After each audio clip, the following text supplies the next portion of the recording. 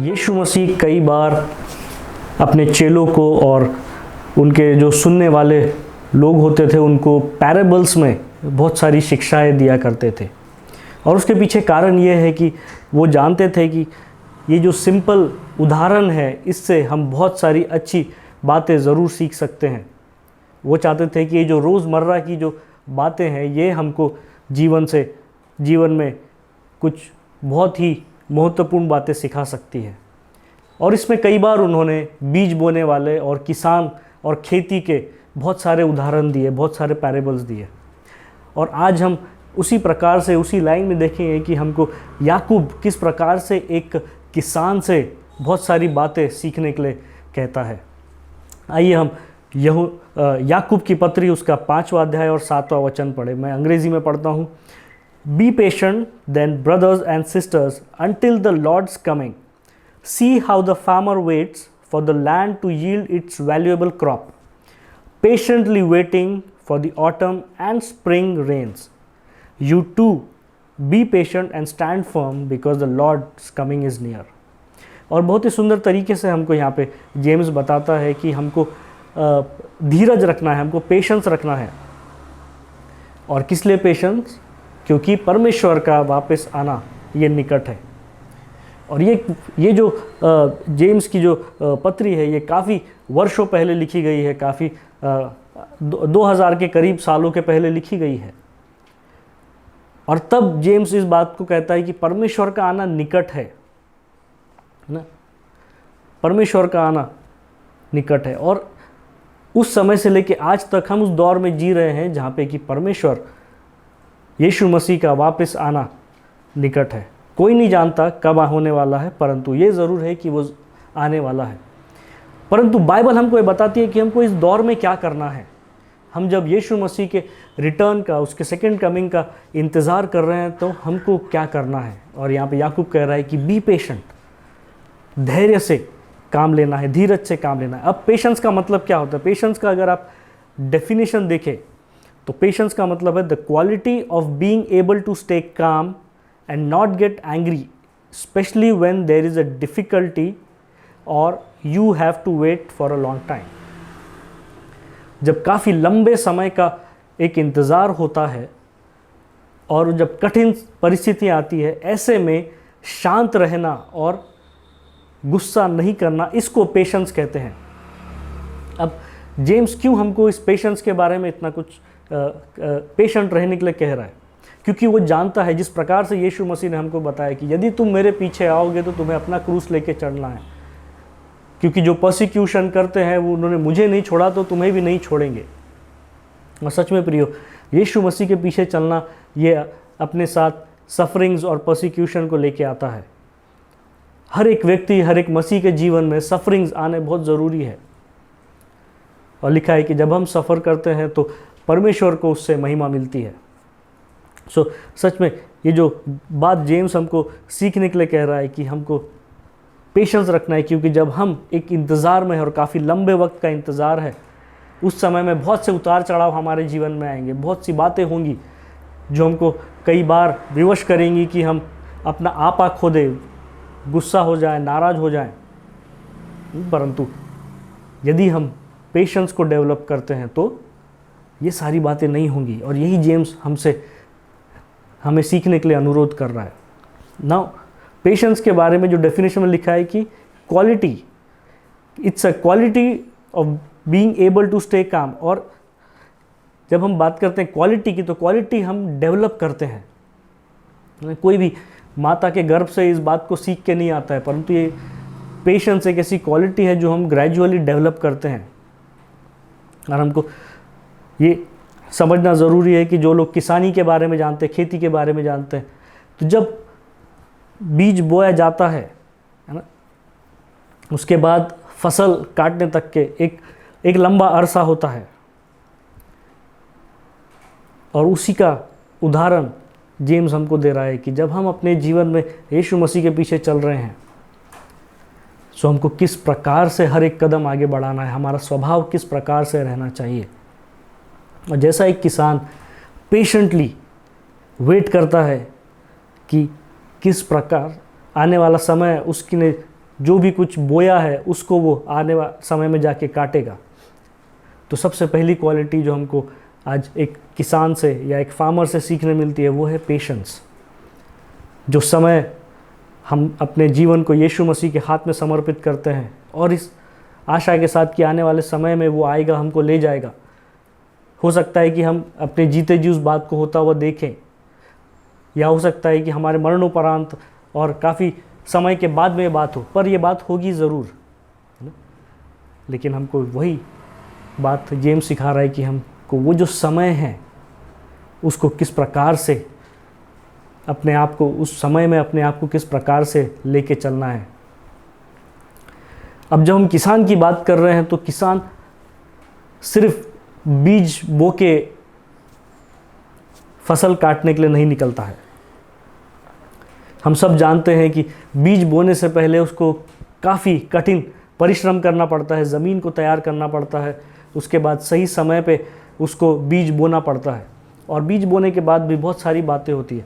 सो ये जो दूसरी बात हमको कि किसान के जीवन से सीखने मिलती है वो ये है कि पेशेंस के साथ बहुत ज़रूरी है कि हम हार्ड वर्क भी करें। जेम्स खुद अपने इसमें कहता है कि बिना कर्म के विश्वास अधूरा है, और कहता है कि बिना कर्म के विश्वास मरा हुआ है। सो हमको ये समझना बहुत ज़रूरी है कि जब हम पेशेंस की बात कर रहे हैं, धीरज की बात कर रहे हैं, तो हाथ पे हाथ धरे बैठे नहीं रहना है, परंतु जिस प्रकार से किसान कंटिन्यूसली हर रोज़ उठ के मेहनत करता है, हार्ड वर्क करता है, ताकि वो आने वाले समय में फसल को काट सके, आने वाले समय में अपने जो उसने मेहनत की है उसके फल को पा सके। उस प्रकार से हमको भी अपने जीवन पे निरंतर काम करते रहना है, क्योंकि जब हम रिज़ल्ट के लिए वेट कर रहे हैं, जब हम परमेश्वर के वापस आने के लिए वेट कर रहे हैं, तो हम उससे किस प्रकार से मिलेंगे। क्या वो मिलने के बाद हमसे कहेगा कि you are my faithful servant, well done, या फिर वो कहेगा कि मैं तुमको नहीं जानता।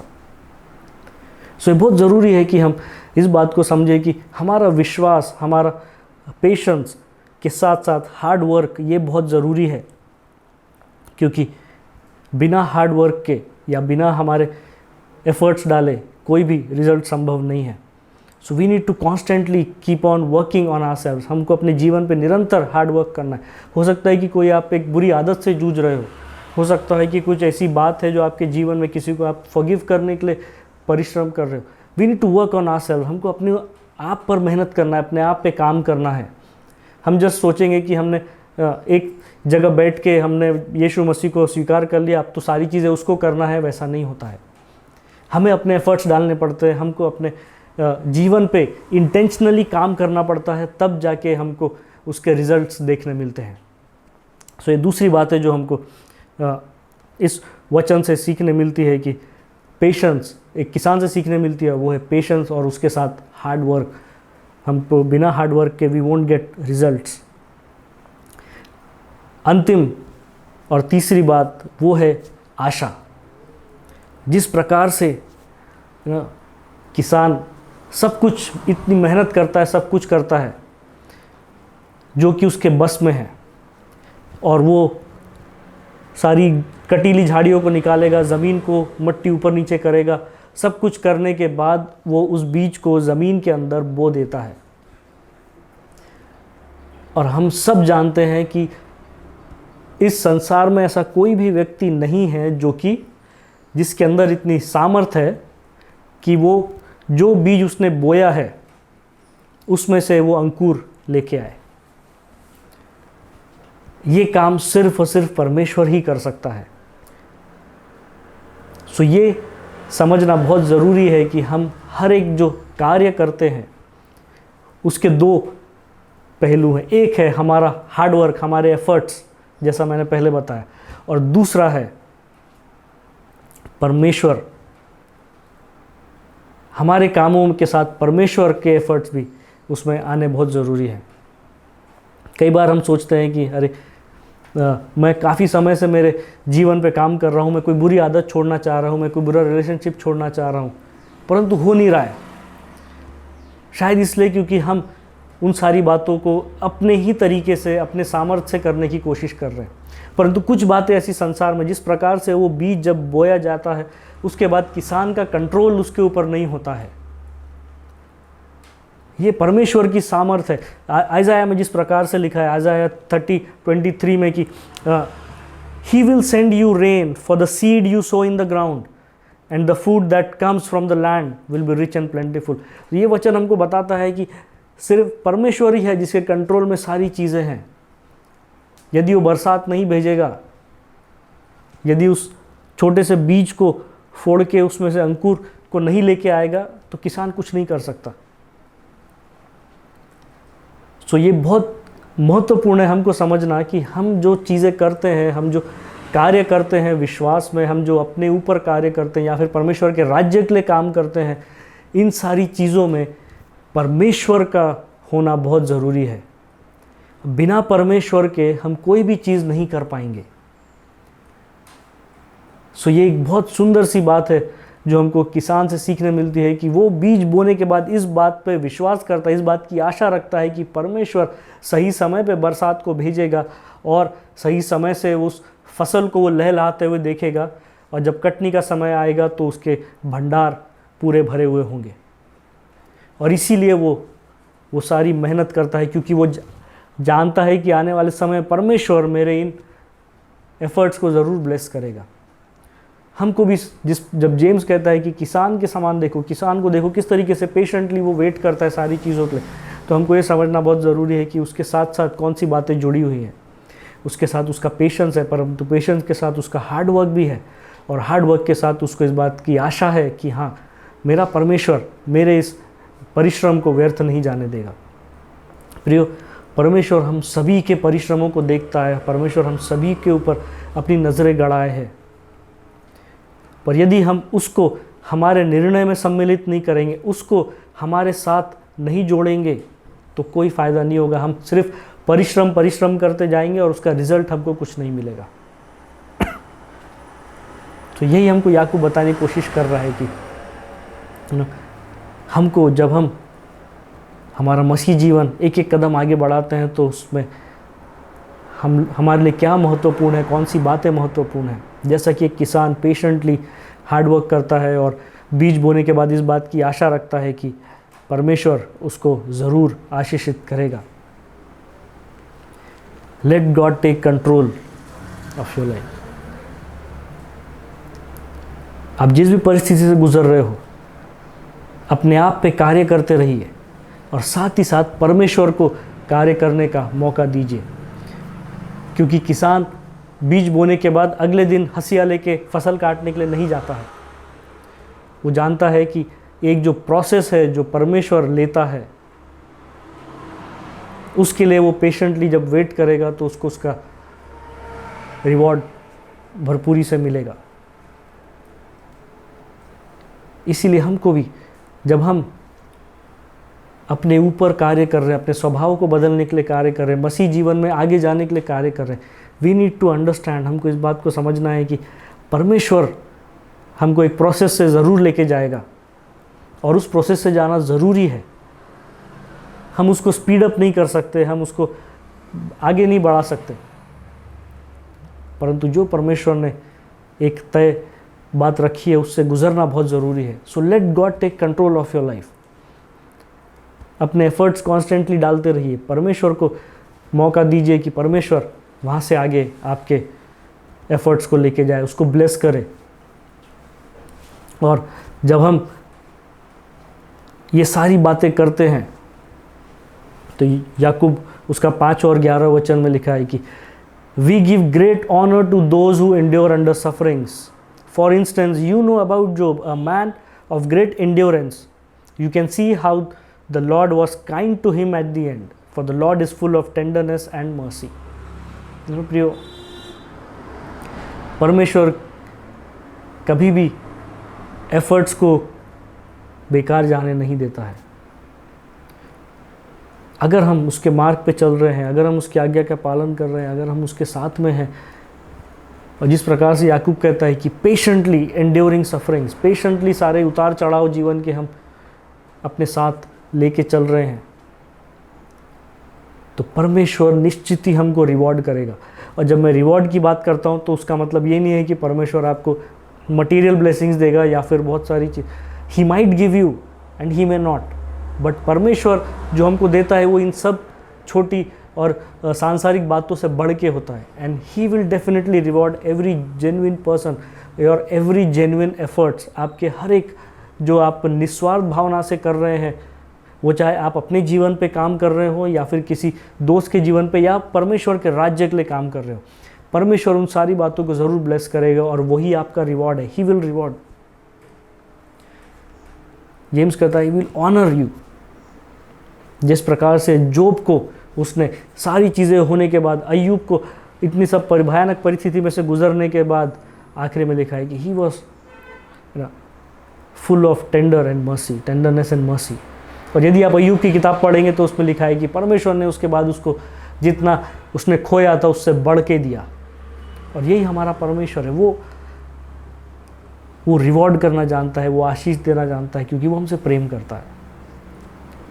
पर हम कई बार इम्पेशेंट होके अपना आपा खो देते हैं या फिर अपना ही मार्ग ले लेते हैं। हमको लगता है कि अरे परमेश्वर तो हमसे बातचीत नहीं कर रहा, परमेश्वर तो हमारे साथ में नहीं है, वो पता नहीं सुन रहा है कि नहीं सुन रहा है। या फिर हम जस्ट शांति से बैठ जाते हैं और अपने ऊपर काम नहीं करते हैं, वो भी सही नहीं है। सो ये सारी चीज़ें जब हम किसान से सीख रहे हैं, तो किसान जिस प्रकार से धीरज धरता है और साथ ही साथ मेहनत करता है और अपने जीवन में एक आशा पे रहता है कि हाँ, मेरे सारे एफर्ट्स को परमेश्वर ज़रूर ब्लेस करेगा, तब जाके उसको उसका रिवॉर्ड मिलता है, जो कि एक अच्छी फसल के रूप में है।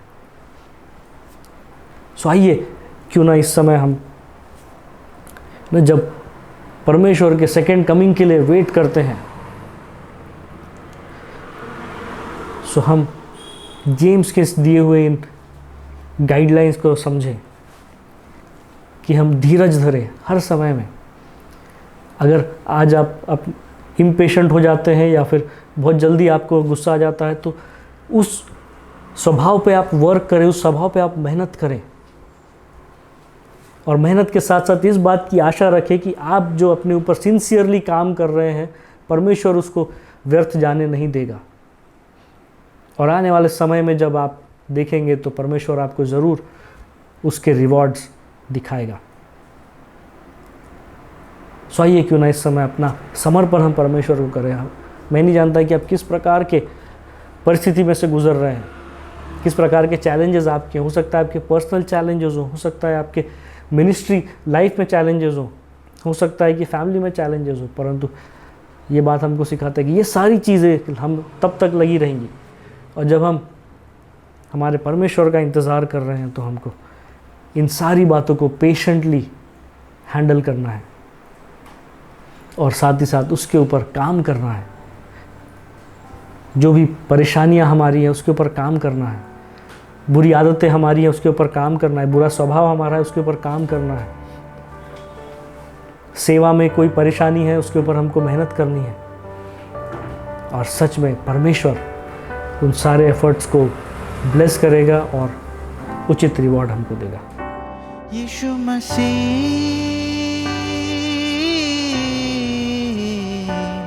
तेरे आने का मुझको इंतजार है। यीशु मसीह,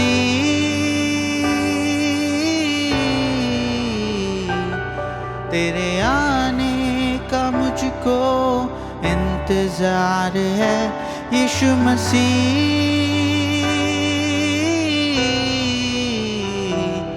तेरे आने का मुझको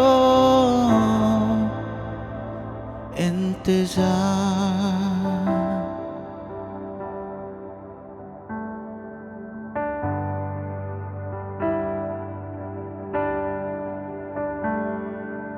कब से खड़े हैं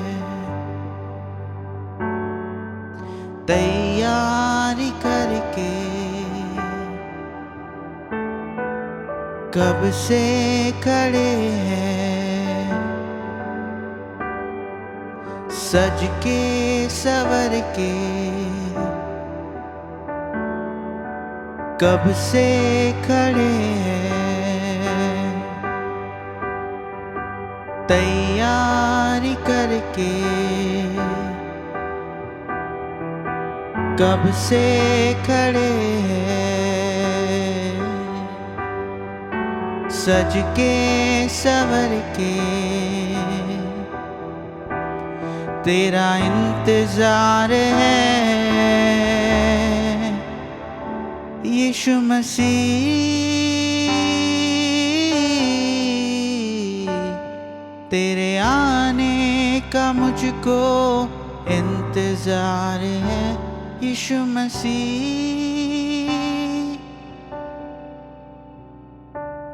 तेरे आने का मुझको इंतजार